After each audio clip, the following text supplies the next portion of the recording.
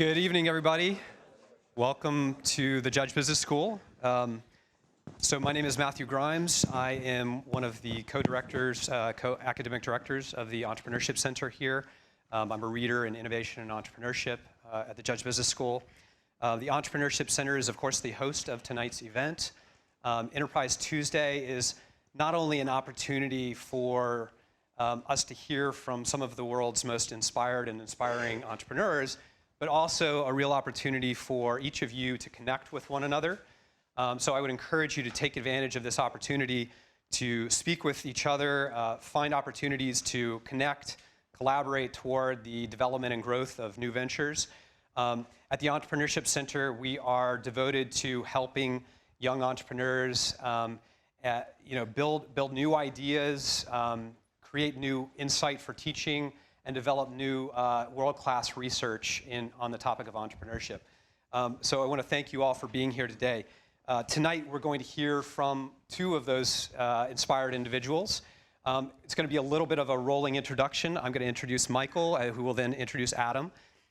Michael is quite the Renaissance man. Not only is he an entrepreneur, but he's a TV show host, an author, He founded Startup Britain here in the UK. He is an honorary fellow here at the Cambridge Judge Business School. Interestingly, a lot of his work focuses on the topic of mission and purpose within organizations, a critical topic for not just young and new ventures, but also large organizations, a topic that is also near and dear to my heart and my research. So I'm excited to hear both of you explore some of these issues tonight. So thank you both. Thank you very much indeed, and great to be here. And I'm thrilled to be described as a Renaissance man. I can live with that. Great introduction. Thank you so much also for mentioning my book, Mission. It is available in all good bookstores. Just in case you're worried and you want to know that, it's I've checked it out, Waterstones. You can go down there straight after this event. With so few shopping days for Christmas, who knows where you might want to go. Now, listen, it's great to have you here today, and I'm greatly looking forward to interviewing Adam momentarily. Before we do, I just wanted to make sure that we have a great time for the next hour. So I need to know, are you with me on that? Yeah. Excellent, great. So any golfers in the room? Random question. Yeah, that's the first one. Not many. No. Anybody ever watched it late at night? You know, there we go. A few students coming in, or maybe at the pub. And actually, when like a golfer putts in, there's a particular type of clap that you might do. With me, let's try it. Just a bit like this, right? Yeah, okay, right. Yeah, there we go. That's it. You've been there. There we go. Right. Okay. So, if we were to agree, that's the lowest level of emotional engagement tonight. That's the lowest level. So Adam's wanting to know what kind of round of applause he's working for at the end. Let's try middle of the road. We might have gone to something that we might be shocked in amazement. We might feel the need to give a round of applause. I don't know, like when Jeremy met Teresa the musical. Let's say, for example, but you might feel the need to give a round of applause at the end of it. Might be a bit more like that. Yeah. Okay. Right. Okay. Right. Now, I want you to save this last round of applause because Adam Balon is one of the great entrepreneur success stories of the last 20 years. One of the three founders of Innocent Drinks. I think that there's plenty of product placement here tonight. I mean, I have to say.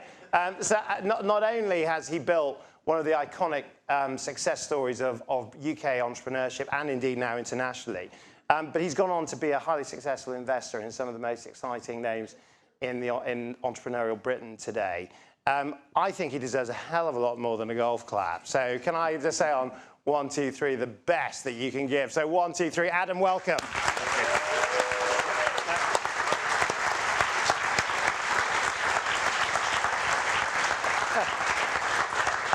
Well, I've got to say, I didn't know where that was going at all when we were on the golf clap. I was like, where's that? Great to see you, Adam, and thanks so much for joining us. Now, we're also live streaming as well tonight, so do join the conversation. I think the Twitter address is up there. I've managed to knock my mic off. So while I'm just reasserting it, can you give us a sense of that story? I'd like to invite you to, first of all, kick us off with Innocent Drinks. Okay. So who's heard the story of Innocent Drinks before? A few people, quite a few people. So let me just quickly, briefly go through it. So John, Richard and I met at Cambridge in '91. Here, we were all at John's, and we had a great time here. We did lots of little student ventures together, design agencies, talent agencies, ran parties, that sort of thing. The traditional student kind of entrepreneurial stuff. But, you know, we went into proper jobs afterwards, and actually shared a house together, so the four of us living together. And every holiday we would always say, come on, let's actually do something. Let's start our own business. Let's start our own business. But you know, a lot of people have these conversations, and the thing is, what is it that you're going to start? And probably 4 years into our careers, we were driving down to go snowboarding south of France, and we were like, okay, come on, we've got 10 hours in a car. Let's actually come up with an idea. And so the filter we gave ourselves was like, right, what annoys us about life, and what would we do to make it better? And I suppose smoothies came out of that thought. Balance the bad. Balance the bad. We all lived in London. We were going out a lot, partying quite hard, working hard at the same time, eating bad food, feeling a bit guilty about it, wishing it was easier to eat more healthily. Remember, this was sort of late 90s, so quite different environment to now. And we just thought, actually, this bottle of pure, unadulterated goodness, just loads of fruit crushed up, put in a bottle, was something that we would love, and you know, other people would love as well. So it's like, actually, this is a really simple way of solving a problem. So we gave it the overnight test. It sort of came back from our skiing holiday and started researching it. And we got it to a point where in summer of '98, we were ready to launch. But a couple of us were still working. We were like, are we actually going to jack in our proper jobs to do this slightly nuts smoothie thing? And so we did a market test, and that's the market test we write about in our little brochures and stuff, which is crushed up 500 pounds of fruit, put it in bottles, and sold it at a little market stall at a festival that we were actually organising, and put up a big sign saying, should we give up our jobs and make these smoothies? And got people to vote with the empty bottles. Yes and no. And you know, the no bin was pretty empty, other than those from my mum sticking them in. It's like, Jesus Christ, come on, I paid for a good education. What are you doing, knocking out smoothies? But the yes bin was full, and it really genuinely gave us the confidence to say, you know what, sorry, we're going to resign. Right. We resigned. So before we go into what happened next, in terms of, I guess, when you knew that you might want to do something for yourself, that actually when you were, I mean, because you know, you spoke about like kind of your university days, and you spoke about that kind of early sort of position of working for someone else. But I suppose, what made you suddenly think, you know, I could actually do something, I could actually create something, run my own business? I think it was a sort of dawning realization. It wasn't like I was born to be an entrepreneur. I don't think that was it, actually. It was kind of doing a little bit at school, and then at college starting to do more, meeting John and Rich and other people who sort of wanted to. So people were the difference. People were the difference, and I think we were very fortunate. The three of us coming together. We're all quite different, but we actually care about the same things and look at the same problem from different angles, and all have that same ambition, and that really helps. So people, it's great. That's a good answer, because obviously we're talking about winning teams. We're talking about actually how you build that. But when you sort of, I read that on the issue of fruit, you said that we only ever really ate it when we were at our mum and dad's. I mean, you know, how do you sort of like go from having a fairly sort of tangential connection with something to actually saying, you know what, we could build something really great with this? I mean, how do you get the passion for something? How do you get the idea? Well, we certainly weren't the first to make smoothies. There were smoothies out there. You know, Boots had a private label smoothie, so we weren't trying to claim that we invented anything brand new. But what we did do was saw what was out there and thought, "Crikey, we can do this better." And because that stuff that's out there doesn't appeal to us. It doesn't say natural. It doesn't say unadulterated. It's not the sort of way we would present it. So I think it was, but it was also just seeing that it solved a problem of ours. Right. So we're very simple. We're at the market stall. We're at the market stall. So the vote is better than 52 to 48? It was much more. It was much clearer than that. I bet Richard hoped it was a bit better than that, didn't he? We stacked the odds in our favour, to be fair. I don't think there was any other drinks for sale on the green, and it was a blazing hot summer's day. So, you know, it was like people were desperate for some fluids. But still, it was kind of, a bit of it was genuinely market research, and a bit of it was just giving us the confidence to actually go and. So, how are you feeling? You know, you go to the pub afterwards and you say, right, we've done the day selling. What was the chat? Where it was like, God, we're going to have to do this. And actually, the funny thing was, on the Monday we were having to resign, and And so we all agreed we were resigning. And Richard calls up at about 10 o'clock. He goes, have you resigned? I'm like, no, not yet. He goes, when are you going to do it? Because and afterwards, it turned out he was totally paranoid that the whole thing was set up by me and John to get him to resign. To get him to resign pointlessly. And my point is going to be, we really trust each other. But I don't think we did at that point yet. But so we all resigned. And it was like, right, let's go and do it. And actually, that was in August 98. And we thought, right, we'll be on the market in September. So what's the biggest doubt you're going through in August 98? Well, in August 98, we're like, well, we slightly rushed this to get it ready for summer. So have we done it? Have we done it right? And actually, that was the best thing we ever did. We unpicked everything we did. We changed the way we made it. We changed what it was called, because at that green, it was called Fast Tractor. And the reason, stay with me on this, the reason it was called Fast Tractor is because the guy who was helping us make it was a crazy carrot farmer from Newark called Jeff. And he was probably in his mid-70s, and he was incredibly proud of having made everything on his farm and carrot pressing by hand. He basically made all the machinery. And he was squeezing carrots for pret-a-manger at the time. And he grew the carrots, and he told us he used the fastest tractors to gather the carrots so they'd be super fresh when he brought them into his little carrot press that he'd built in his own shed, so that Pret would get really fresh carrot juice. So we thought, what a nice idea. That's a sort of nice link. Fast Tractor, we'll use that. And obviously people are like, is this engine oil? Is this like, what are you selling? Sponsored by Castrol GTX. So probably the most important thing is we changed the name, and that helped. And how quickly did you change the name? Oh, well, now the naming was really quite hard, because sort of, we started at the very beginning thinking, right, come on, what's the name? What's the name? What's the name? We're like, no, that's not that important. Let's work out how you make it, how you market it, what the cost bar will be, all that sort of good stuff.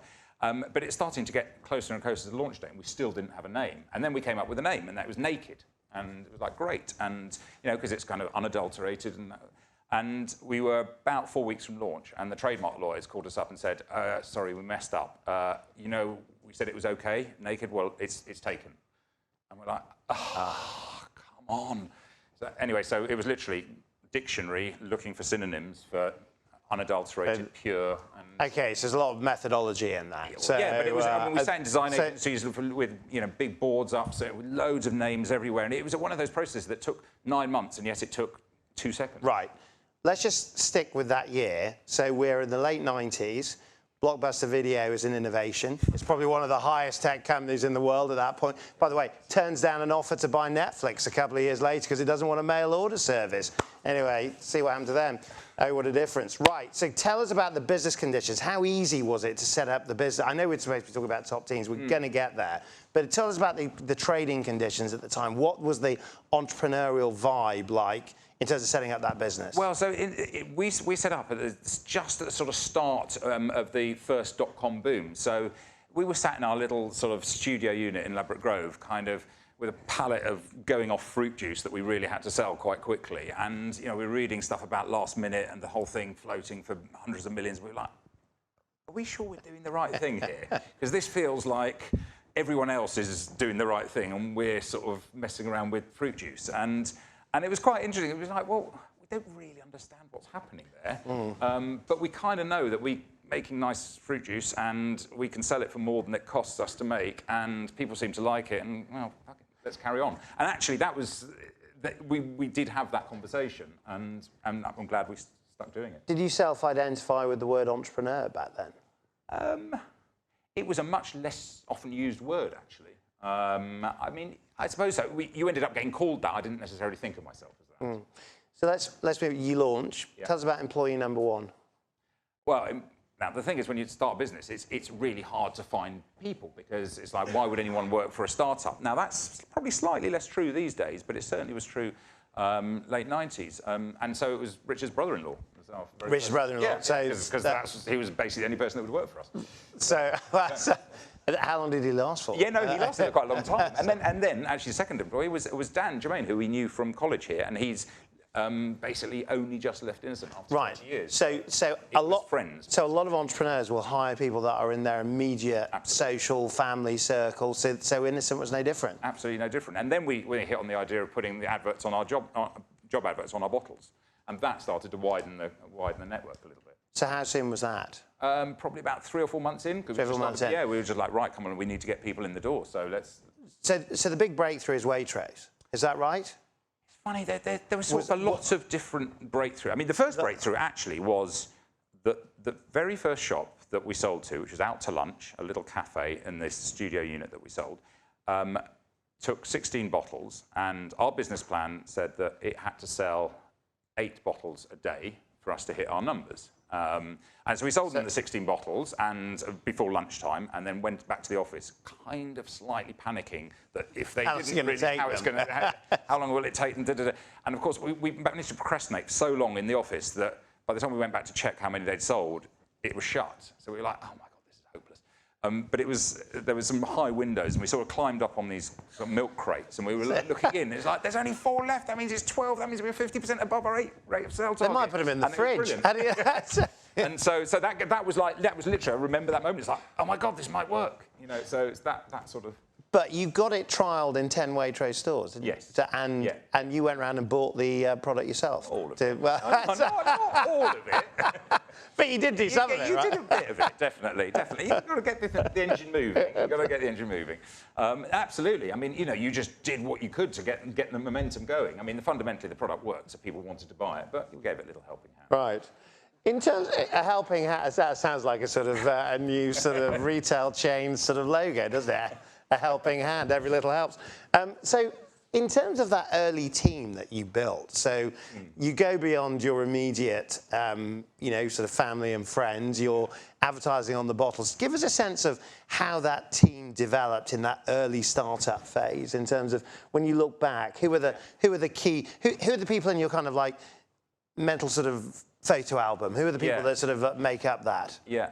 Well, I think we'd never employed people before we started doing this, so we were completely new and making it up as we went along. And I think it was probably 3 or 4 years in that the realization that if you get someone that's absolutely brilliant versus someone that's just really good or someone that's okay, the difference was immense and very personally to your life.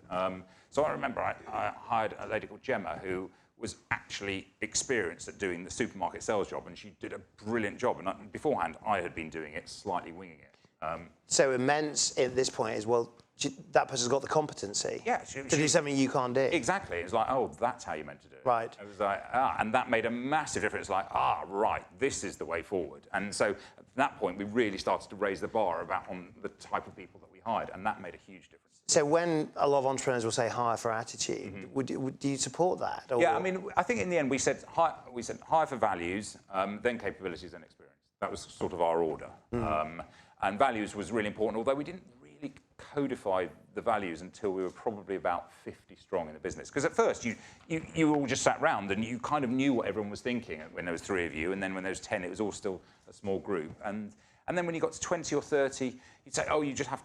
We're innocent, we have to behave innocently. And then you started to realise that people took that in different ways. So some people, being innocent was actually making as much money as we could out of Waitrose. Other people were like, God, if we make any money, that's bad, because that's not what we're about. We should be giving it back to people less fortunate than ourselves. So the people started to split as to what they interpreted the business to mean. I mean, one thing I always think about is that, you know, you were a vanguard of change, right? You know, you were seen as a purposeful company. A lot of people buy into the mythology, if you like, of Fruit Towers, what you stood for, the kind of innocent way. But back then, this was like all a bit kind of hippie capitalism, isn't it? Is that I mean, how do you get people to buy into the fact that you might be the new wave, you might be the big change? I mean, I think we always, we made no bones about we wanted to be commercially successful, because we think actually that's the way in a capitalist world you change the world for the better. So we were very clear that we wanted that success, but at the same time it was always having an eye to the bigger picture. And this stuff seems sort of second nature now, but as you say, it wasn't necessarily so front and centre 20 years ago. But it just seemed to be the right thing to do. But when you look at that, so you're in it, you're a shareholder, you're the entrepreneur, but when you've got people that are potentially giving up careers, they're coming to you, you're still not that known. What is the thing that helped you build that early winning team in terms of getting people to believe that their future might be with you, a company that's very different from the run-of-the-mill at that time? So I think what we got right was being really clear about what the vision for the business was, where we wanted to go. We wanted to be the world's favourite little juice company. That was our sort of thing. And we were very clear about what our purpose was. We wanted to make healthy food and drink that natural that helps you live well and die old. That was our rallying call. That was why we get up on a wet November morning. And then we were really clear on what our values were. And by actually being able to articulate that stuff really clearly and then have some substance behind it of the things that we did, I think people were like, okay, they might be just some guys in a shed in Hammersmith, but actually they've thought this through at least, and they know where they're heading, and that actually means a lot. So tell us about Liftoff. So when you look back on that journey to the kind of multi-million pound business you've ultimately created, was there a pivot? Was there a moment in time where the three of you sit down and go, this is really happening? There wasn't one. There were a series of things. So the first one was literally that. Well, it was the Jazz on the Green with the yes and no bins. That was like, oh right, okay, we can do this.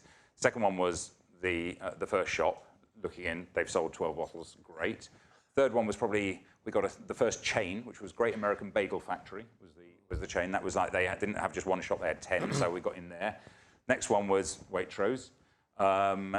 Then I think it was probably when we launched our cartons, so going from little bottles to cartons, and did a big buy one, get one free in Tesco, and the volumes just went absolutely bananas, and we advertised it on TV at the same time, and it completely changed the scale. So how many years in is that? So that is probably 6, 7 years in. 6, 7 years in. Yeah, and that then suddenly, actually no, it was probably not. No, it was probably 5. It was probably 5, and it just suddenly went bang like that. And in terms of sustaining the culture, creating that team, what were the stresses, the pressures in doing that? Well, when the business is growing fast, I mean, I think one of the things actually that we learnt from, I think Apple, someone at Apple told us this. It was like, better a hole than an asshole, which basically means don't hire the wrong people, however desperate you are. So, and I think that is good advice, because it is so easy when you're in the midst of it to just, oh my God, I just need someone to do this bit. And actually by being disciplined, saying, no, I'm going to really keep the standards high, and I'm going to get the people who share our values, that have the capabilities that we want, and and maybe have the experience that I need. That was what really helped us. So on that differentiation, how did you recognise the bad apple? I mean, what identified a person that just wasn't going to help the innocent culture grow? I mean, you don't always get it right, but I mean, a lot of it is you spend, interview time, you spend talking to people, and it's actually challenging people to probably do the job that they're meant to do. Interviews can just be a nice chat, and people can do all sorts of stuff, but actually if for a salesperson, if you make sure that they can actually sell, give them a project to do and present back to you, and then you start seeing how good they are. Right. So we spent a long time. At first, it was just a van. We called it the van test, 3-hour van test, which basically, could you sit in the van delivering smoothies with this person for 3 hours? And that was kind of the test. And then we got a little bit more sophisticated than that. But yeah, but there was a feeling that there was a particular type of innocent person, was there? Yeah, I think so. It shared the values, which was basically you want to be commercially successful, but you want to do things in the right way that makes you feel proud and does the world some good. You don't want to shaft other people. You want to be natural at work. What we didn't want to do is people to come in and be a different person at work than they were at home. It's like we were mates first and foremost. So we wanted the whole thing to feel like it felt comfortable and friendly. So we didn't try and be anything that we weren't. And I think that was really important. So 9 years of exponential growth, and then in the 10th year, in your own words, the 10th year, everything went to shit. Tell us about that. Yeah, right. So it had been, it was a great run, and then so from '99 to 2007, everything actually went really well. I mean, obviously there were things that went wrong, but fundamentally the business really grew. We'd hit a zeitgeist. We managed to do it right, and everything went well. And so, of course, after 9 years of everything working, you're like, right, okay, let's really scale this up. So we pressed the button on international expansion. We'd always been behind the curve on hiring. We said, right, let's let people are working far too hard. We've got to get a lot more people. More capacity into the business. We've really got to do that.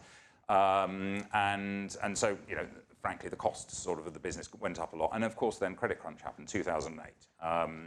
And instead of growing to a planned 140 million, we went from 112 to 105 million. Right. So I read here that at one stage the company was shrinking at 2% a week. Yeah. So in terms, pretty scary. so that's scary. And what's that doing to the team at that time? Are there lots of people leaving? No. Are you having to make redundancies? No, not at that point, because the business had been making a lot of money in 2007, so we had a bit of a cushion, but that cushion was eking away really, really, really quickly.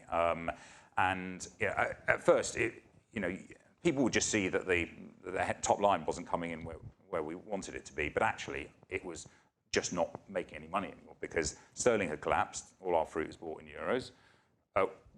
2008 was just a weird year. Most years, mango crop was good, apples would be bad, bananas would be fine, and all the fruit prices would sort of balance out. 2008, for some reason, everything was bad. So it just basically, all our fruit prices went up, and then sterling collapsed. So it was just horrible. And so given that obviously tonight's talk is about teams and about actually how teams weather good times and bad times, if you were to look at that period, I mean, obviously the comeback story arrives, you sort of get the business back on track. But in terms of the actual, what kind of values, how did the team dig deep to overcome? So I think, a couple of things. One, we decided to go sort of radically transparent with the team about what was happening. So beforehand, we talked about the top line margins and things. We hadn't really talked about, is the business making money? Is it profitable or not? We didn't really share that with the team. Actually, we just realized at that time, often what happened when bad news, people know stuff isn't right. So what they were assuming, some people were assuming that we would literally be bust the next day. Other people were assuming it was all completely fine and we could just carry on. So once again, it was like, let's give people the information. So we started to share all the profit, the whole financial performance of the business with people, so they could see the reality of it. Was that a good thing to do? Do you think you should have done that earlier? We should have done that earlier. Yeah, we totally. Is that advice to entrepreneurs in the room here? Absolutely. Right. It's like so people knew the whole lot, and if they wanted to know even more detail, they could ask us. But we presented absolutely everything in terms of that. So the owners, it was Maurice Pinto, our angel investor, owned 20%, and the three of us earned the rest, other than employee options. So employee options was about 10%. So there were no external financial investors, basically, other than our business angel at the beginning. So in terms of how you bounce back, if you were to look at some of the kind of critical factors that enable that, what would you summarise them as? Well, so let me just finish off on the people bit, because there's the transparency bit, and the other bit is we've been really proud of the fact we'd never made anyone redundant. And in 9 years, the business had grown a lot, and you sort of realise actually we probably should have made some people redundant because the roles had outgrown the people, or they just got bored of the roles, and actually things needed a bit of a shake-up. So the timing turned out that we had to do it actually just before Christmas in 2008, which felt like a terrible timing. But once again, we went through the loop of, well, what would you prefer if, rather than before Christmas, come back to your new year and then lose your job? That's even worse in our view. So we did it, paid people off handsomely, and every single person was made redundant, came to the Christmas party, and we had the biggest Christmas party that we'd ever had, actually, which was a bit of a farewell to people. So there was once again, it was like, look, it's a tough decision, it's a horrible thing to have to do to make people lose their jobs, but actually, if you do it in a sort of sensitive human way, So prior to those decisions, did Yeah. you see that team as like an extended family? Yeah, totally. Yeah, I mean, we used to spend loads of time together every Friday night, weekends. I mean, it was really close. But after the event, you realised that actually perhaps there were some people that needed to go in the team. Yeah, and you know what? That actually it just made everything so much better, because the people who were there were like, actually, often it was the people who hadn't been doing a great job for whatever reason, moved on, and actually everyone felt much more energised. So it was definitely the right thing to do. Right. Even though we should have done it. So just fast forward as the route back in terms, because what I want to get to is the arrival of Coca-Cola. But I mean, so take us up to the decision to bring a major multinational into the business. So 2008, the wheels are coming off, things are declining pretty quickly, profitability is disappearing. We're like, right, we need to cut back and basically make savings, stop the international expansion, stop the hiring in the UK, and just hunker down and weather this.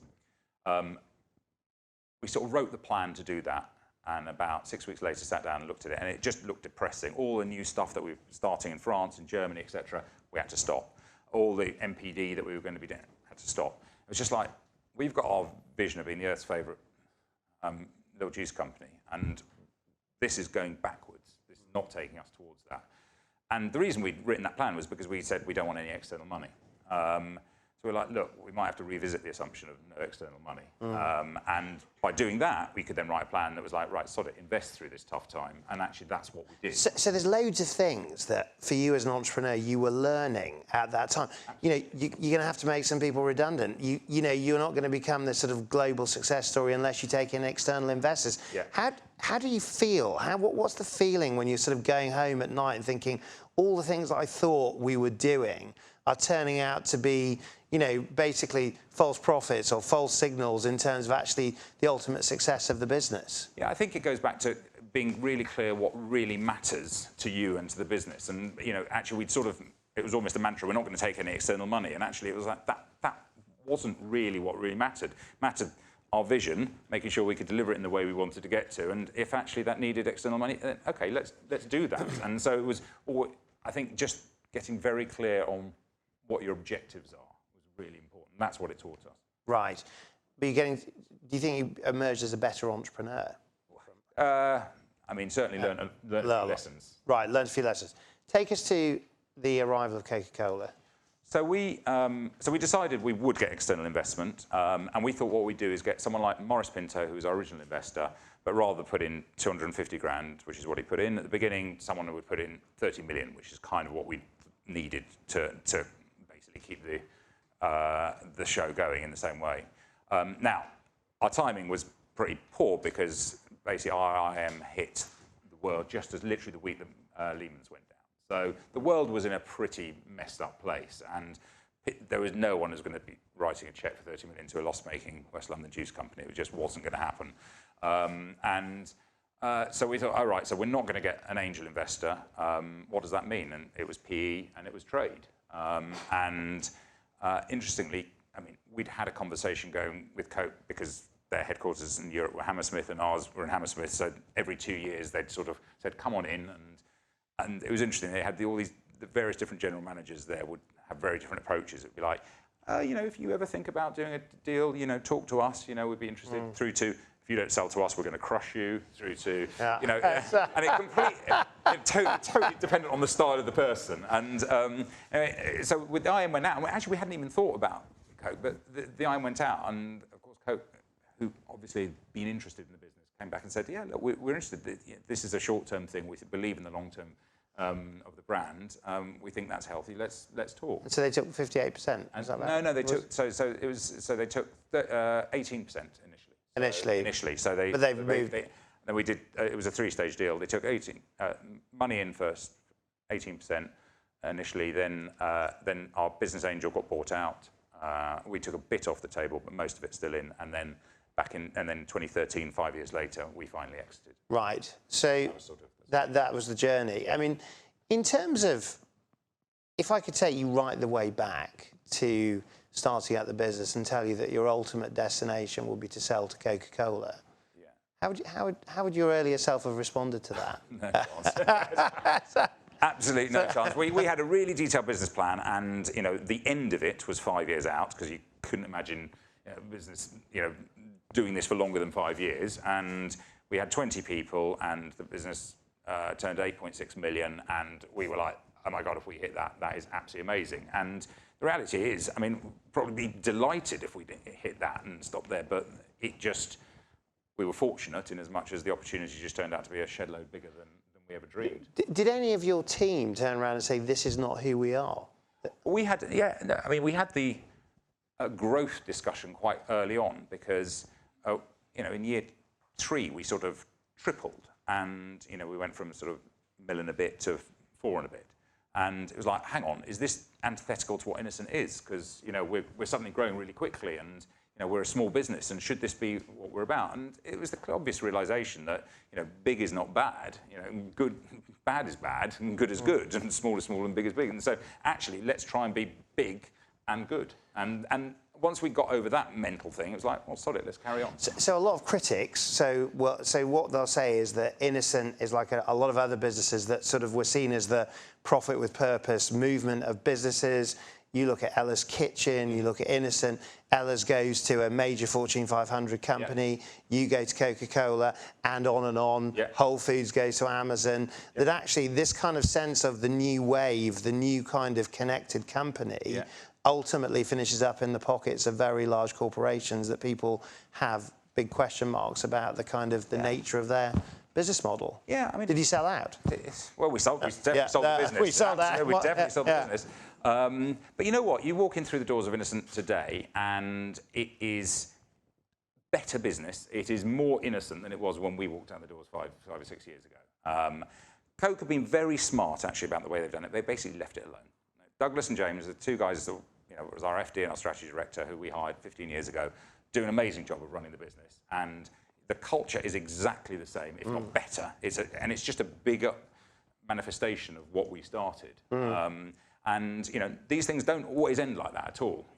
I think corporations have sort of sometimes gone in and said, we'll do this better. And now it's over to the big boys. And that's when stuff gets messed up. But go smart about it. And they just said, get on with it. And for them, they want Innocent to grow, and they realise that health is an important part of people's diets, and they've got to get more healthy stuff in. And Innocent is a brilliant way of getting more healthy stuff into people's bodies. So I kind of don't see the downside. Yes. Well, some people say, like Paul Lindley would say, I was an improving force in my bio. I helped them be a better business. Do you think Innocent helped Coca-Cola see that? New world, or I think you've got not? to be a bit careful. We're still tiny, and they're absolutely massive. So to claim we've changed Coca-Cola, I don't think that's right. But I think the reality is that the resources of that business have massively helped Innocent grow, and I think Innocent does good stuff. And so I think it's a good thing. Right. Now, I'm going to keep pressing on a direction of travel with the questions, but I'm also keen to get other views and opinions in. So if you've got questions, do give me a quick signal, and we can take them as we go along. Ladies, just up there.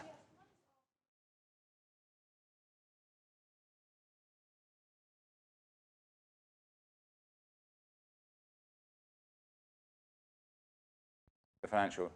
Yeah, no, absolutely. Look, it was the biggest decision of our lives. Who are we going to basically let on the shareholder register? Who are we going to do this deal with? And there were 5 different businesses we basically could have chosen.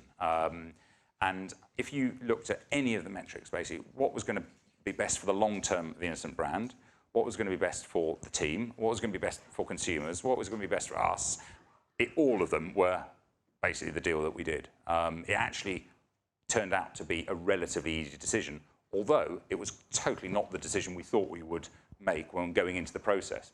And so one of the big things that we did, we spent a lot of time with the team once it looked like it was going that way. Talking to the team, we had these things we used to call chat witches, which is just sandwiches and chats. And the idea wasn't that it was like something in Salem. The chat witches are here. Burn them. Burn the chat witches. And it was an opportunity. It was a town hall meeting, whatever you call it. It was an opportunity for people to speak up. And God, there was a lot of people who were like, "Oh my God, this thing that I love is suddenly, and there's this thing that I don't understand or hate." Is like, what the hell is going on? But actually, by giving people the facts, giving the transparency, saying this is what it's going to do, this is what it's not going to do, one person left the business as a result of that transaction. They said, "I can't deal with it." But there were a lot of people when they first heard were like, "Oh my God, this is a terrible thing," but no one left. And I think you go back in there and you talk to people, and people will say it was totally the right call. Just in terms of, say, obviously today is all about creating a star team. Starting on this idea about 3 friends coming together. I remember I built my business with a friend, but my grandfather would say to me that partnerships are the worst ships that sail the sea. And so this idea of actually friends coming together. And creating it. You worked out, but were there any lessons in terms of that initial dynamic that you? What were the tensions and stresses? Well, it's funny because actually on paper it maybe shouldn't have worked. Maurice Pinto, the guy who did invest us at the beginning, 5 years later he said, "Okay, when you came in, basically it broke all the rules of investing. You had no experience. There was not a clear leader. You were friends rather than business colleagues." It was an industry dominated by giants, and there's no barriers to entry. So basically, there's not a really good reason to do this deal at all. Apart from that, I love it. Apart from that, I love it. Yeah, exactly. but actually it kind of worked. And I think one of the reasons it worked was actually it came down to the friends bit. And that is, as I said at the beginning, three of us are quite different, but we wanted to do the same thing and wanted to head in the same direction. And we implicitly trusted each other after we got over the resigning thing. We implicitly trusted each other, and that just, if you trust people, life is just a lot easier. A lot easier. So there was no politic, there was no friction, there was no sort of ego battles at the top of the business, and that just meant that the culture, I think, was a positive one. But in a long relationship, there must have been moments where you felt, well, I'm not saying there was, but I mean, there must have been moments that were tougher in terms, and actually, I suppose the question is, what's the downside of a friendship-based business, and what's the upside in terms of going forward? I mean, I've got to say, I haven't seen many downsides. We had three massive arguments, one about the colour of the wall in the first office, one about the colour of the floor in the second office, and one about some shelves. So basically the solution to all that was like get someone else. The shelf chapter, I read it with interest. And it was screaming rows. I mean, it was proper screaming rows. And it was a small business at the time, it was 20 people. So people were like, what's going on here? Is this whole thing going to fall apart? But, and the reasons why they were roused like that was because there's no reason I thought that Richard would have a better view on what colour the shelves should be than I should have. This was a purely subjective thing, and therefore he's not going to win that argument, right? Whereas actually, when it came to the business, we had very clear areas that we actually ultimately probably deferred to each other on, and talk us through what they were would challenge on the each other. three. So John was an engineer by background, so basically he loved making stuff. And the process and the operations of the way things work. Richard, from advertising, so really great consumer insight, just real simple way of saying what do people want and making it clear. And I like doing deals, so it was basically the commercial side. So the three of us kind of ended up deferring to each other in our areas of specialisation, but that's not to say we didn't push and challenge, but we always knew that the challenge was coming from a good place. So it's sort of, we would stop work on a Friday at 6 o'clock and then, be out with our wives or girlfriends at 8 o'clock on the Friday evening together, and we go on holiday together, and it's still like that. And of course, a lot of entrepreneurs identify with that actually their work is part of their social life, it's part of their family life. I mean, that's the modern story of entrepreneurship. Although we actually were quite disciplined and not trying to avoid talking about work whilst we were sort of not working. We would see each other, but try to flip into mates mode. Was there a so if kind of like the three of you are kind of you're great friends, you're building something together, how did you actually sort of enforce that thing of actually, well, we're going to get out of the business and we're going to keep our friendship going through other mechanisms? I mean, do you have to literally start putting phones in a box and have all sorts of things to actually make it happen, or was there just a kind of something more instructive on it? No, we did. What we were good at is constant communication. So actually, 4 o'clock every Monday, the three of us would sit down and spend 2 hours together going through stuff in the business, and then every quarter we would go off-site and check that the long-range things were still aligned, that we still were interested in what we were doing, that the roles we were doing were good, that we thought that the business was heading in the right direction. And by just doing that alignment bit continuously, that helped massively. In terms of that team, I mean, I was reading that team members could add an additional descriptor to their job spec of agitator, activator, ambassador, or I love this one, protector. I quite like that. Hello, Ave Protector. Anyway, so in terms of why that sort of move, why that kind of personalisation, gives a sense of actually your thoughts about growing that winning team, that star team. And did it last? In innocent terms. Yeah. We'll move on to the investment. I mean, I think it did. I think if you, one of the things I'm proudest of the business is actually what people have gone on to do, and that team that we started there has gone on to do some brilliant other businesses, nothing to do with us, but they're the sorts of people that have just gone on and make stuff happen. So I think that's a great vindication of sort of the thing that we started there. So I think it did work. But I mean, you talked about the argument about the wall paint and things like that. But actually, a lot of the kind of mythology about Innocent is that there was this thing called Fruit Towers, and it had AstroTurf, and it had a whole load of stuff that. That's mythology. That's true. There is a Fruit Towers. No, I'm sure. Well, mythology always has a basis in truth, doesn't it? But I mean, there's this kind of idea that there was something there's a bit of X factor here. That actually, this was not the stuff that was going on at this point in a lot of other businesses. In terms of where you were getting your inspirations from, in terms of the how and the why you were doing this. I mean, once again, I think we plagiarized other people. We got good ideas from other people. It wasn't like all coming up with this amazing stuff. So some of the stuff about purpose, vision, values was Jack Welch's book. Some business books. The stuff from I don't know, grass-covered vans was Dumb and Dumber. I mean,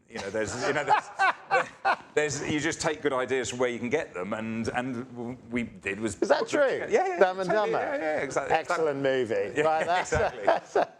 Mutt Cut Span, whatever it's called. I can't remember what the name is, but yeah, that sort of thing. So it was just trying to get those ideas from anywhere, and I think that's what a lot of entrepreneurship is. It's about pulling together these existing ideas and repackaging them into something that is your own. Now, to some degree, the band stayed together because you've gone on to found JamJar together. You've become investors in business. Tell us a little bit about that. Yeah, so it's funny. So after 2012, we were our last year at Innocent, and we were thinking, right, what's our next gig? We want to do something else together. And it was interesting. Whilst we were sort of running the business in that final year, it was very difficult to actually start thinking of the next thing. So we were like, okay, well, we've been doing a bit of angel investing. Let's just set up an office and do that sort of whilst we think of our next idea. And I suppose 6 years down the line, that's what we're doing. So it's funny enough, it's become our next idea, actually. We run an investment business now. And that was your natural interest, wasn't it? The finance side. Yeah, absolutely. It's not actually the investment business for us is really not a finance business. It's absolutely a people business. It's people business. It's totally a people business. We're a massively incentivized HR consultancy. That's right. I'm going to come back to that because I want to talk about some of the investments. We're going to take a question here and then we'll go there. Yeah. Taking a step back to your Innocent Drinks, the raising funds from Coca-Cola. Was it a strategic decision to raise from Coca-Cola, or was it the economic situations around that part of the time? And how would you define which one would be better for other businesses? Opportunity or distress? So it was as I described. We wrote a plan of staying totally independent without raising any money. Looked at that plan, thought that's a bit depressing. Thought, right, well, let's change the assumption that we're not going to raise any money. Wrote the plan on let's raise money, and then just went out to the market to whomever. And we didn't expect it to be Coke, actually. But as it turned out, it was, and that was a good thing.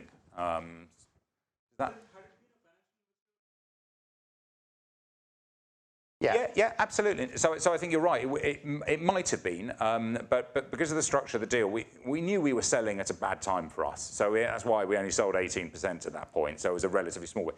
And that money then allowed us to grow the valuation, the rest of it, a lot more. And I think overall, we probably did better than we would have done. Right. I'm going to take a question over here and then lady at the back. Yeah. Hello. Talking about ideas, how did you know which ones to pick? Was there a specific methodology or something? Thank you. Okay, so this is in your role as investing in. Is this this is the JamJar. Is this to do with JamJar on? Oh, when you said that throughout the whole process, you saw ideas from here and there, like places, other businesses. How do you know which one to implement? Yeah, what made you think that? What made you think that Dumb and Dumber was a good? I'm sure it's going to go on the Judge Business School curriculum now. I mean, there was a good process of demands and with MPD it was like demands and wishes. Go through what you can hit. But actually, a lot of the best ideas were sort of they just felt right or they were funny. With the Dumb and Dumber vans, they were absolutely brilliant. They were the best value marketing that we ever did.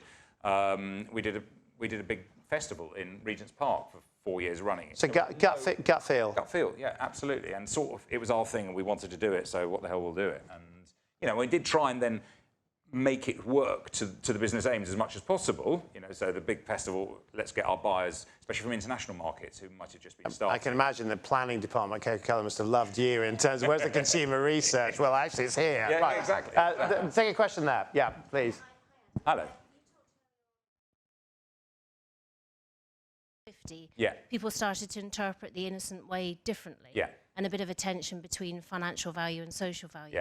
Did you have to pick, or did you just say, as long as there's value, everybody has their own purpose? Yeah, no, it's a really good point. So actually, we ended up just codifying what the business was, and it wasn't a choice that it's all about maximising profits or all about maximising charity. It's about actually we want to do all these things, and we've got to make the sensible and clear decisions transparently when we're making those things. And often find there isn't that much of a trade-off. Actually, you can get the win-win, you can do the right thing and make money at the same time. And that's sort of the starting point, rather than assuming you're going to have to trade one off. Right. Now, I know there are more questions. I'm just going to keep pushing on, though, on the... I'm going to come back to everybody, so I will get you in. Keep us going on the kind of the portfolio now in terms of when you look at businesses, you know, you obviously, you come from this, you've been a successful entrepreneur, you are a successful entrepreneur, but now you are a successful investor in other growth companies. When you look at teams, when you look at businesses to invest in, what are you looking at? So, I mean, I suppose at first when we started doing it, it was gut feel. Is this person or this team really impressive? You know, you ask the questions, do they answer them well? And then we started realizing that actually it's a pitch, really. And what they're doing is they're pitching well, but does that mean they can run a business well? That's a very different thing. So how do you spot the difference? Well, so then you actually have to go into the business and see how they operate it. So, you know, part of the investment process, even in our early stage now, is to go and see if it's their bedroom, it's their bedroom. If it's the WeWork space, it's the WeWork space or their office, and go and see how the thing operates. You know, is there any structure to it? Is there, you know, are there agendas? Do people make decisions? That sort of thing. So we're as interested in how things run as well as the big shiny lights. Right. Pitch. So some of those we know, Grays and others, they're emerging as really successful businesses. In terms of when you go in, are you an activist investor, or do you just provide the capital? It depends what the entrepreneur wants, actually. So we've got to have a match between what we think is the right answer, what the entrepreneur thinks, you know. And a lot of the time, the entrepreneur actually, it's their business. They don't want us in there. They would like us on the end of the phone and advising, but they don't necessarily want us poking around. And you know, if we're happy to do the deal on that basis, that's what we'll do. So at the moment, you must be looking at a lot of companies on a daily basis. Yeah. When you look at that scene, when you look at the entrepreneurial scene today compared to the late 90s, how do you characterise the differences in terms of what you're able to see now? Well, I just think that there's just an enormous amount more, and entrepreneurship is a perfectly valid career path, whereas it's a slightly weird off the beaten track thing 20 years ago, and so and people are much more willing to just give it a go, and if it doesn't work, fine, I've learnt my lesson and off I go again. Is there a different type of ambition, do you think, in terms of when you're listening to those companies? I mean, are they very different to the three founders that were sort of like, you know, running their own referendum on their business? I mean, you know, I think there's a range. I think, as there always has been, there's a range of ambition. You know, you see people who just want to make a lovely, you know, business that will keep them and their husband going, and you know, that's fine for them. It's a hobby business, but that's what they want to do. Or you get the people who want to build a global monolith, and that's what they want to do. And maybe the scale of ambition at the higher end has got bigger, but I still think you see people at all ranges. And you know, whilst we won't invest in pure hobby businesses that can make nice small businesses, that's great as well. So that's great for you. Yeah, but in terms of what kind of gets you excited, is it the Grays, or is it some of the businesses that, you know, like Toucan Box, or I mean, I don't know how successfully they're doing, but I mean, what's the kind of business that you're thinking, this is what we really want to be behind? So whilst the most important thing is the team, actually the thing that often pulls the heartstrings is like, oh, that's solving a problem, I understand. So it's going back to the very simple thing, that's making people's lives better. Right. So the team is more important than what? The product? More important? So so from an investor perspective... Yeah, at our stage. At your stage. And when you say the team, just very quickly and I'll take some more questions. Characterise for us what the winning team is from the investor perspective. And the problem is there obviously isn't a single answer to that at all. But what you do know is you have to be able to cover off we've ended up with a grid of sort of 15 characteristics that we think the team needs to have across them, and they will have, you know, the CEO might have a set of them, maybe the CTO will have some other, and so you blend it together. Are they character assets? They're character assets typically. Yeah. There's some specific skills sometimes, but broadly they're character assets. Can you just share a couple with us? Yeah, I mean, there's a bigger thing about just clarity of thought and action. So back to, does this person really understand what they're trying to do, what their idea is, where they're trying to go with it? There's a lot of people who sort of have ideas, but they haven't actually managed to articulate what it is and why it's any better for anyone else than something else. That is really important, because if you don't have that clarity, it's really difficult to make decisions. So they've got to show you what the true north is. Yeah, exactly. We need them to understand that bit. Then, of course, there's an intellectual horsepower bit that people need to be able to think quickly and answer questions and just be able to process quickly. Running a business is incredibly complicated, and there needs to be a certain amount of sort of nous to do that correctly. Then, ultimately, you have to be able to hire people that are better than you. That was our finding. It was like, so is this person or is this team able to hire, convincing enough to hire other people? These are some of the things you need to get into the mix. It's quite a long, there isn't a sort of trite, simple sort of, oh, it's these three things and then you're fine. It is quite a long process of things, we think. Right, let's take a few more questions. Lady here, I think there's...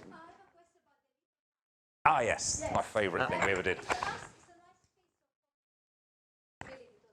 Yeah.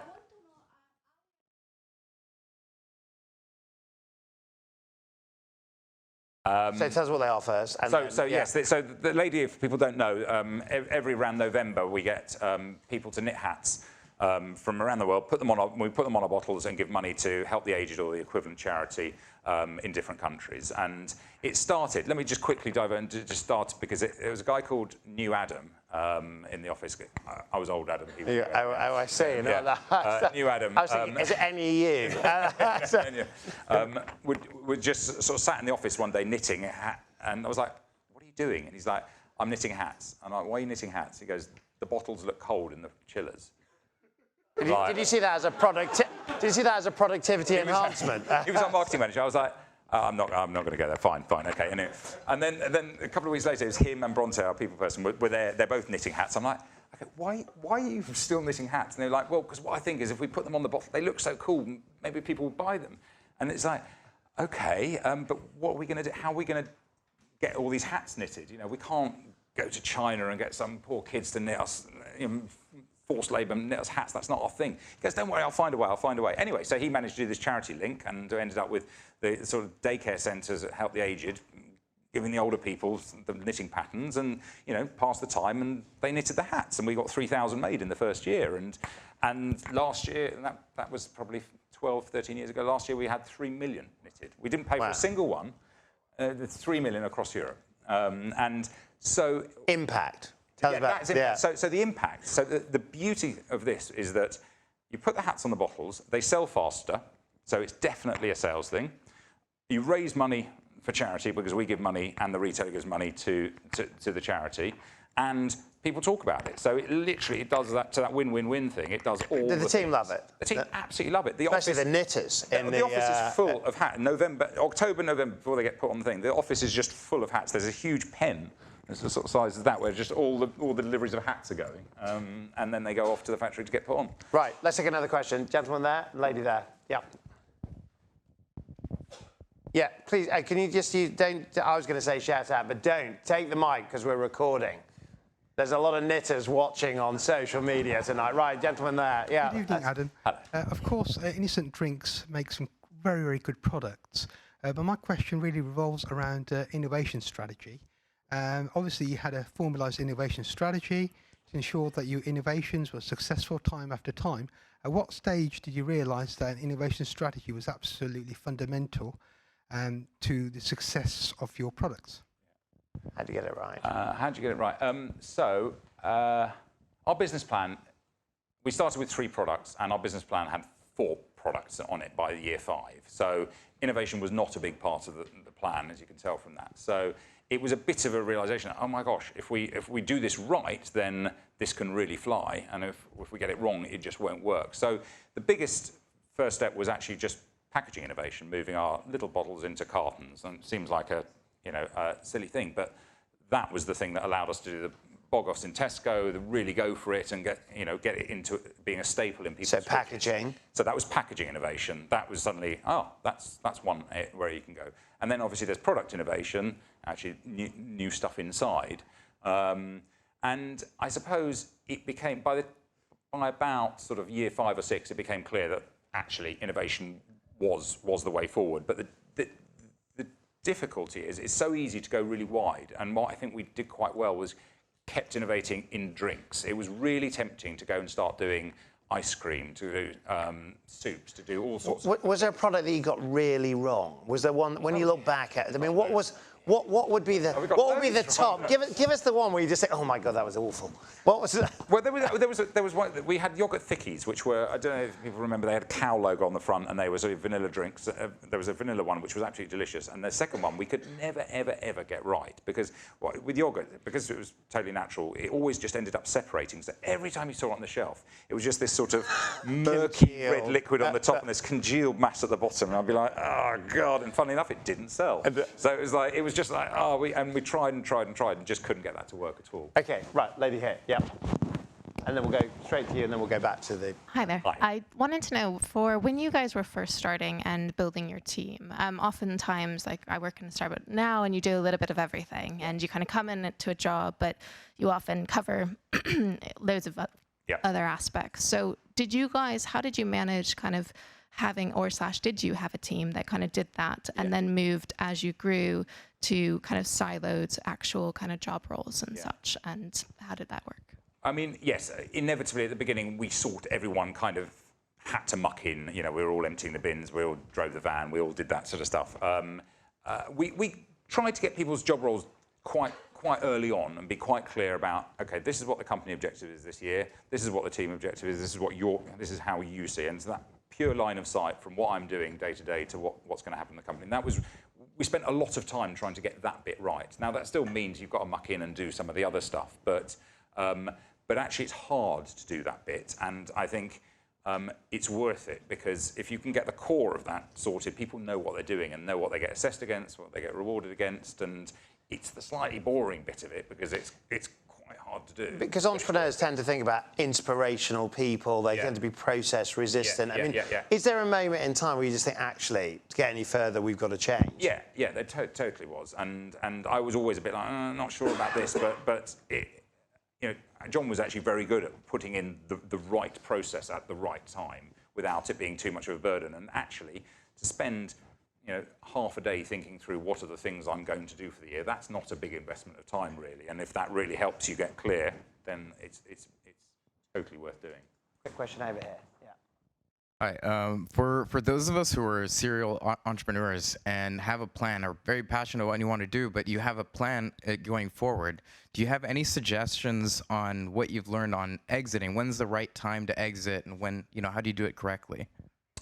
I think the most important thing is think about you as the entrepreneur, what you want. You know, do you want to? Is it about the money? Is it about the scale of money you got? Is it about the journey you want to be on? Is it about, what is it about? And I think people sort of almost go to, what should I do, without thinking about what they want their lives to be. Because actually, starting a business is about what you want in your life. It's all consuming. And do that bit of thinking first, and then think, okay, so what does that mean for the business? Do I exit it now or not? Are there signals, do you think? Are there time, you know, I mean, for somebody who's thinking about, you know, being a serial entrepreneur, they might want to go through and do a few things.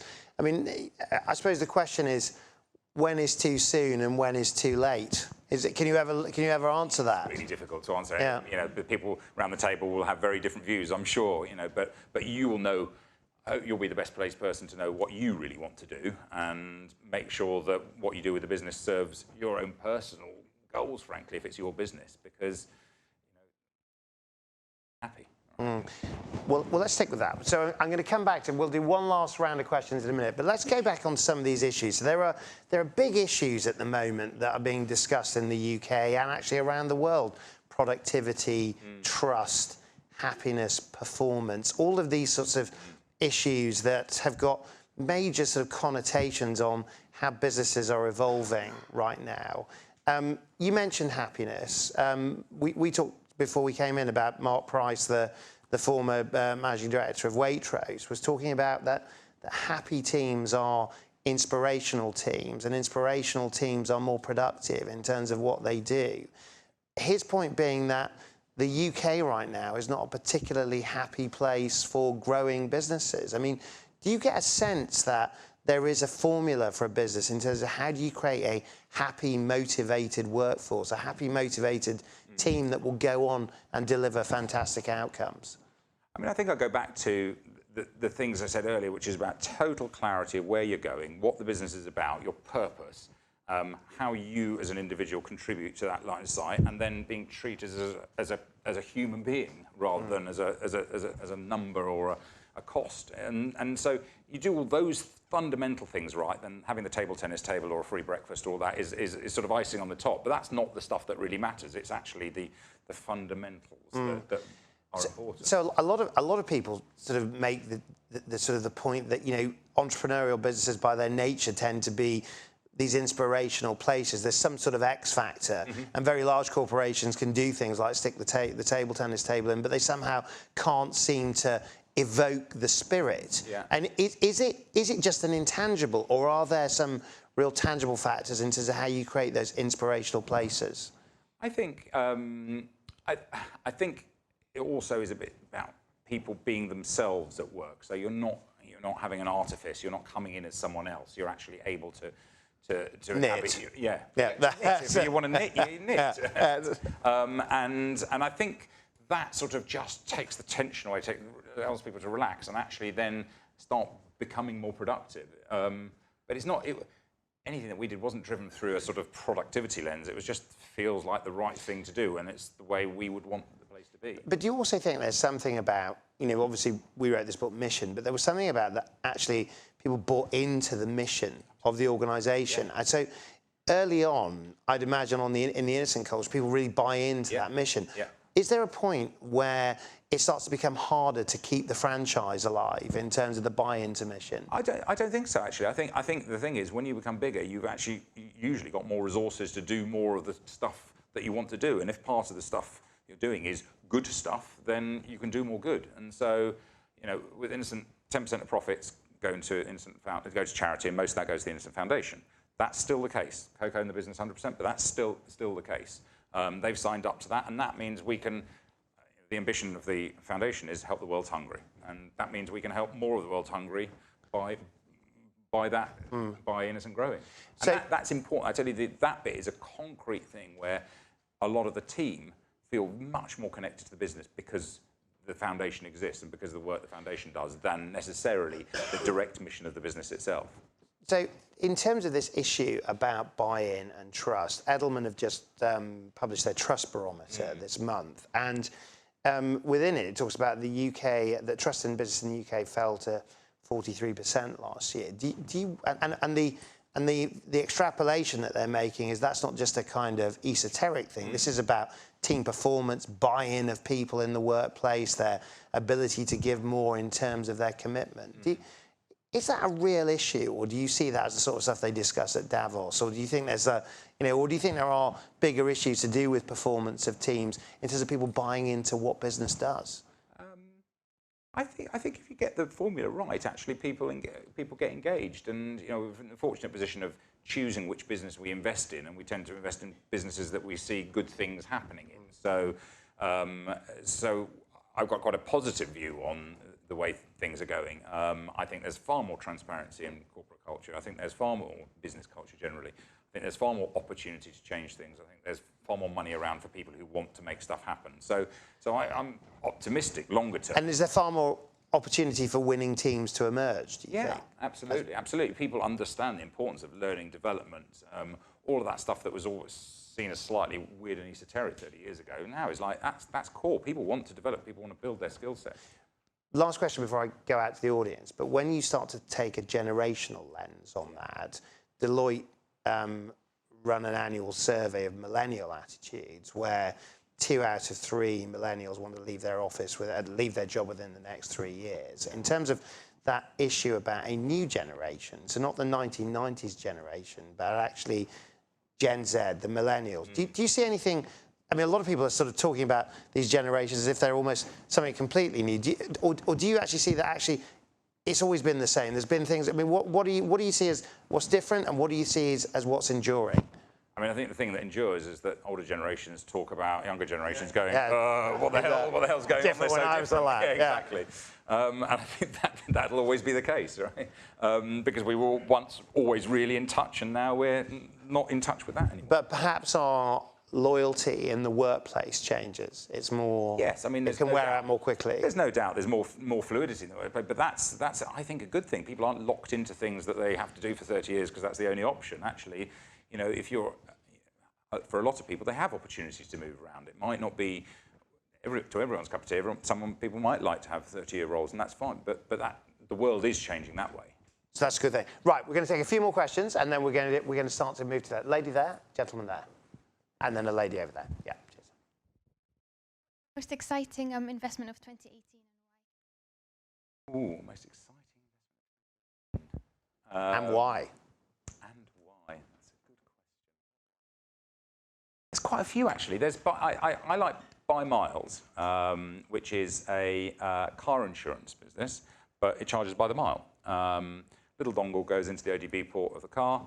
Got an app which looks like an Uber app. You can see everywhere you've driven, and you can see how much that has cost you on your car insurance. I'm a low mileage driver, so I don't do more than 7,000 miles a year. For me, it's perfect. I pay a lot less on insurance, and I think it's the way forward. And as cars become increasingly connected, you won't need that dongle. You'll just have, you'll have that app, and it'll be. I think it could be a really big business, and it's a really great team. Do you think when you move out, how do you feel when you move out of your kind of like, I guess, food and beverage sort of heritage into like into tech and things like that? Do you feel confident? Do you feel? Well, it's interesting. That is half the point of doing what we're doing, because what we got is very good at running a juice business and a food business, and actually that, after a while, the sort of intellectual challenge of that went away, and it became a different sort of thing. Now we're back into the world of, oh my gosh, how do we understand car insurance or pet food or child safety seats, and so suddenly you've got this whole kind of learning going on again. And I suppose the reason you think you might be able to do it is you start drawing parallels across different industries, trends in those industries, the development stage of the businesses, the marketing challenges they all have. And so I love that brain stretch. And is there anything different on the teams? Is there anything, when you sort of like look at the insurance business versus the food business, are essentially the dynamics the same? You need the same things, but often, the personality types can be different, definitely. Right. There's a question here, and then lady there. Yeah, and then we'll go to you over there. How would you describe the management style at Innocent? Did you sort of left people in control of how they approach tasks, or did you mentor your employees more closely? Well, I think both of those actually. I mean, they're opposites. I think it was give people a very clear view on what the business needed to do, give people clear view on what we expected from them in the year, and then help, but don't tell them how to do it, but help them to get there if they needed it. So that was sort of the approach, and I think that seems to work. People had to be able to deal with vagary, though. They weren't spoon-fed, and that's really important. Take a question there. Yeah. Thank you very much for sharing your story. I actually have two questions. Okay. Was exit from the beginning part of your growth strategy? No. We wrote a plan that said we would sell in 5 years, but that's because people said that's what you needed to do to get. Because that was the zeitgeist at the time. Yeah. And the other question is, would you do things differently? Yes, I mean, there were definite things we would do differently. I mean, overall, it worked much better than we ever dreamed it would, so sort of pretty happy with that. But I think we would have recognised the importance of getting great people into the business earlier. That was sort of took a few years to do. I mean, had we have seen what was happening coming in 2008, we wouldn't have expanded in quite the same way in 2007, and maybe we wouldn't be in that sort of position then. But you know what? I'm glad I'm not running Innocent now. I don't want to be running Innocent now. I'm really glad that other people who are doing that, and actually they'll be doing a better job than I would for that stage of it. I'm really glad to be doing what I am doing now. So I'm not saying that 2007 thing in the context of the deal with Coke. I'm very happy where it is. I mean, it's interesting that a lot of your story, sort of talking it through tonight, seems to be about, there's a lot of humility about the lessons learned, right? That actually you go in, you think I'm going to be out in 5 years, and we're never going to fire anyone, we're never going to, we're never going to sell, or whatever those things might be. Is that in terms of your journey, your personal growth. I mean, is there something about attitude in the entrepreneur in terms of, you know, a lot of entrepreneurs have got a very fixed sense of success, of what True North represents. There's this kind of gung-ho West Coast kind of like sense of, right, you know, we're going to be masters of the universe. In terms of your actual journey, a lot of people see you as a huge success story, but actually tonight, I think a lot of the things that have been really interesting have been about where you face failure and how you've learned from it, or setbacks. Yeah, no, definitely. I mean, the time I think grew most as a entrepreneur, as a leader, was in the tough times. I mean, the good times were sort of good, and actually looking back relatively easy is the stuff in 2008 and 2009, trying to turn the business around. That was when it really. I probably learned more lessons. And if you were to think about the primary attitude that you had to have, the character attitude that you and your co-founders had, what took you through those tough times? I think we trusted each other. We knew what we wanted to do, and we would also listen to other people. We weren't you've got to be really quite balance between being totally dogged and determined and also listening to people and reacting to circumstances as they come in. And it's quite a fine line to get that balance right, because, you know, if you do one or the other and things go wrong. You're totally wrong. What was that idea again? Right, okay, right, there's a question up here, gentleman there. And then we're going to take a couple more, and then we're going to start to wrap up, I think. Thank you very much. My question is, if your employee had any big failure, like big critical failure in your business, how did you react it, and whether you wanted to, I'll say, change your reaction now? Yeah, detail about how you react to the failure. Or attitude, maybe another way of looking at that is attitude to risk as well. Yeah. I mean, people say it's great to fail. I'm not sure I agree. I mean, I think it's better if you don't fail, right? But what happened to the guy that created the yogurt? Exactly. It's better if you don't, but if you do, right, learn from it and don't do it again. So it's you know, and I think that was sort of what we tried to do at Innocent. You know, be very clear what success looked like, and if people didn't get there, try and understand the reasons why, and if the reasons why were things that could be changed, help them change it. If they weren't, actually, latterly, we learned it's probably time to change things, and that means move them out of the business, and that ultimately was the right thing for people as well as the business. Right, let me have a quick look. How many questions we've got? We've got quite a... How are you doing, Adam? Are you running out of... Do we need to give you any more water? About another 5 minutes? Okay, all right. Okay, well, let's try and just do a couple of group questions so that we can just move through everybody. So just give me a quick show of hands. Who's got questions? So if we take the lady here, gentleman there, and we'll go to the back after that. So if we could just... We'll take them all in one go, and then you can interpret them as you will. Hi. You know, speaking of fail, when you actually, three of you resigned, did you have a plan as to how much money you will put into business, how much time you're giving it, where the business needs to be in terms of financial KPIs for you to keep going it? And did you take that long-term decision, say, for 2 years or 5 years, or did you revisit it every 6 months? Do you mean at the start of Innocent? Do you mean at the beginning of it? Right, yes. Okay, so this issue about how you prepared yourself. Gentleman there. So, thank you for your conference. What is the best way to find people to create a business? Are the best teams composed of friends? Are they composed of people who met by accident? Based on your investor experience? Best recipe. Okay, and then a lady at the back. Yeah.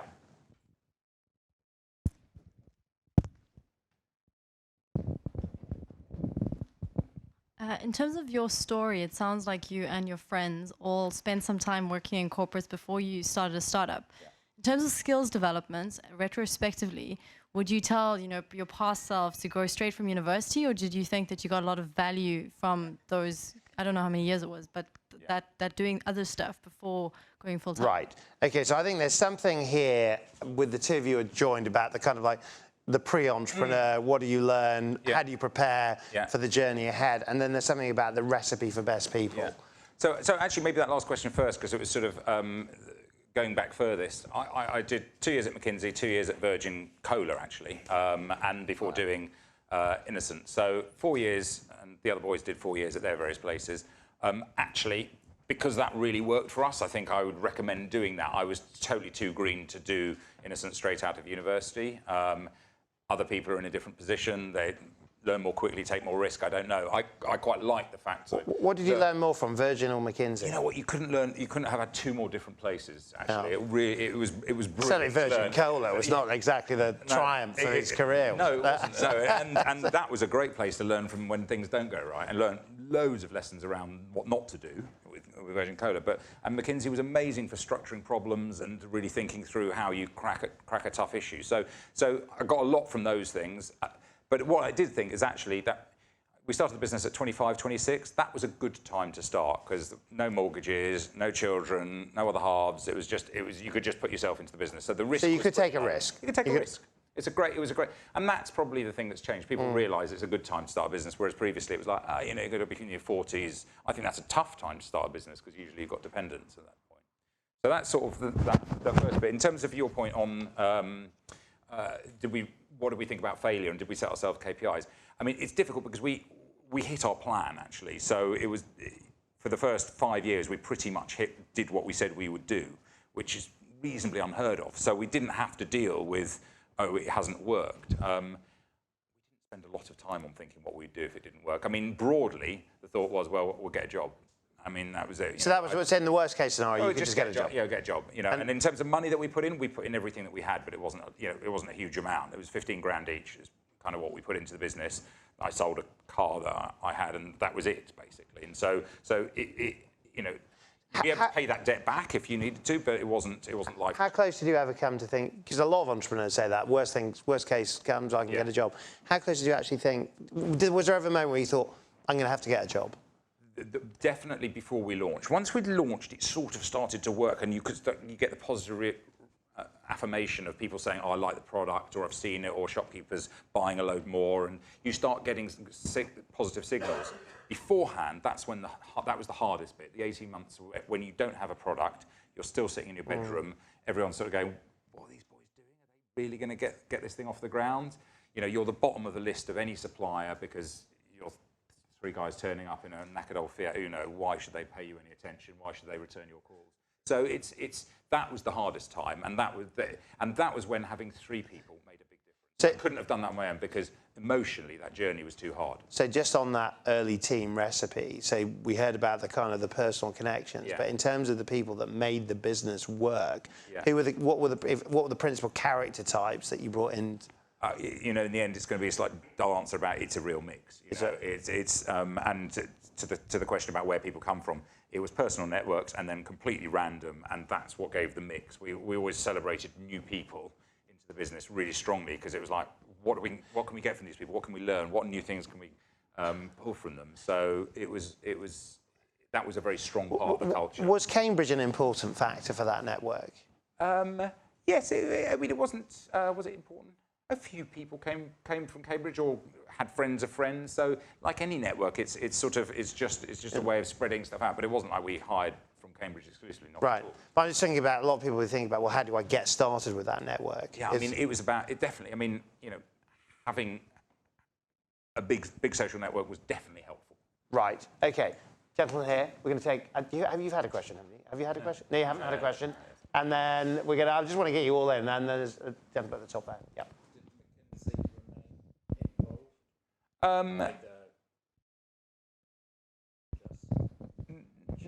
No, chatting. I mean, I stayed in contact. They're very good at the alumni program. Basically, they keep in contact with me, and I go back and do talks and bits and pieces. And it was always very supportive. And actually, you know, started now to link up with a lot more McKinsey alums on the investing side. Actually, interestingly. So, but yeah, it was more what I learned there that was probably the most. Okay. Thing. Question here. Yeah.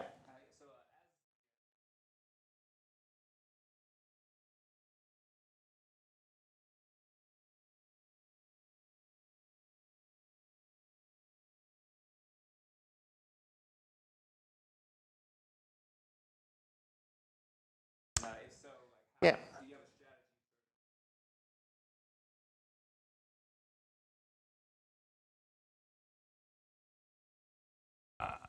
We never had anything that was sort of politically sort of difficult. Really, it was like if you don't do the role and you're really if you're not trying, that's a pretty easy decision.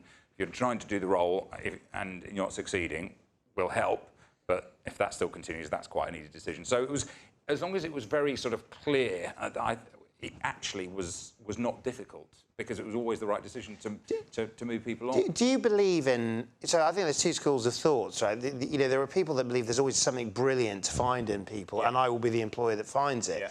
And then there's a new Tech Nation report out, which has got this sort of view from a tech entrepreneur that you know that 33% of your business is absolutely brilliant in terms of the people in it, and you can't survive without them. 33% do no harm, and 33% of the people you should get rid of, and you never did. And so, is there? I mean, to where does the kind of the balance lie in growing a great team between those that just say human capital is something we can get rid of at will, and those that say, actually, we're going to grow that family, that brilliant group of people that we can bring the best out of? I mean, I would totally argue against those percentages, because I think that 33% at the bottom there is not right. You haven't done the selection job right. You know, so I think there's an onus on you to do the selection job right, to make sure that the percentage of people who don't fit and don't work out is much smaller than that.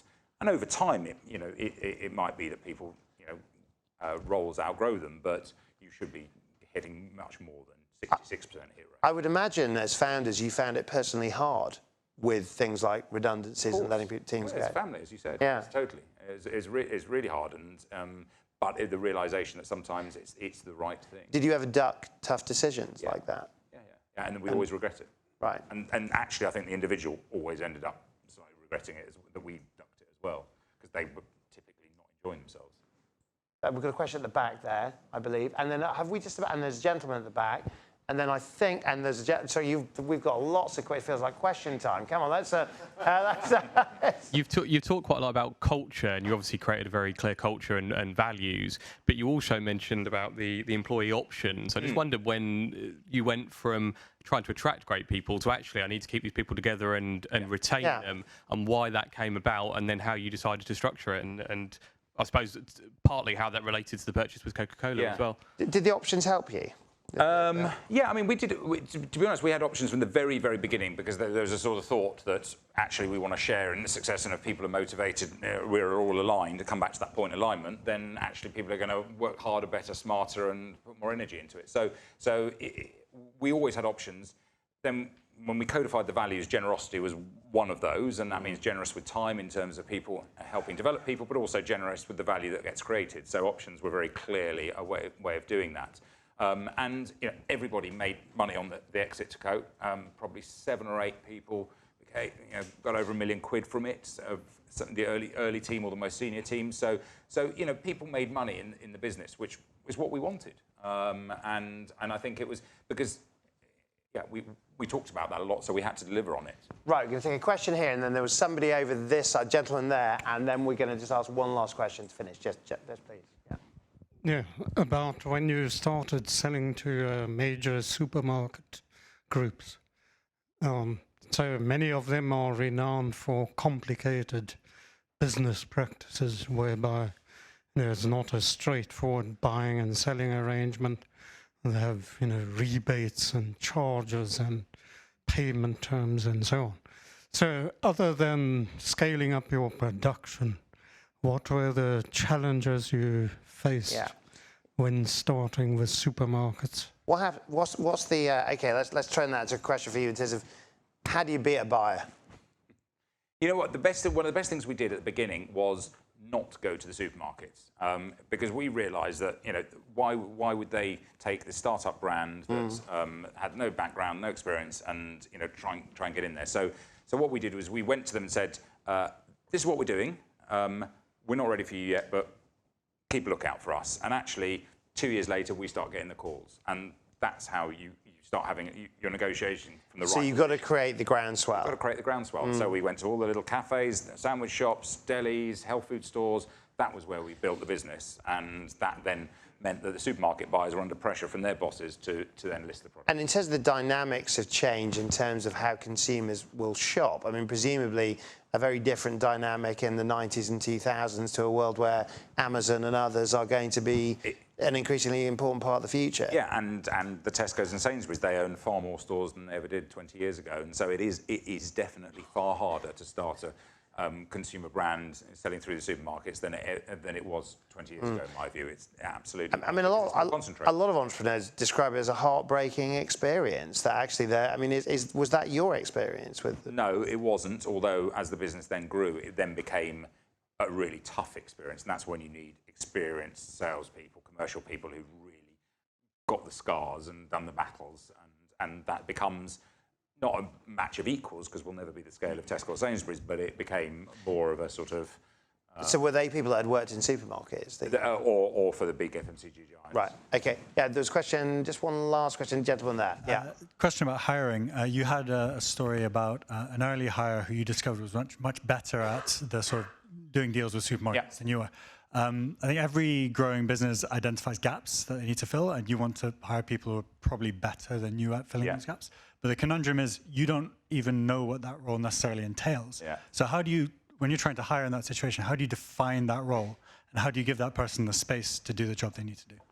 One of the when we were getting interviewed by Maurice Pinto, our business angel, at the very beginning, he said, "Well, what we're going to do on the sales front is we'll get in the van and sell to all the stores, and that'll be the way we do our sales bit." And he was like, "Well, why would you get in the van? You know." I'm like, "Well, because I don't know what the job is, and because I don't want to do it, but I need to know what the job is before I hire someone." So, my answer to you is just you actually probably have to do the job a bit so that you get to understand what it needs, and then you can spec it. And that worked.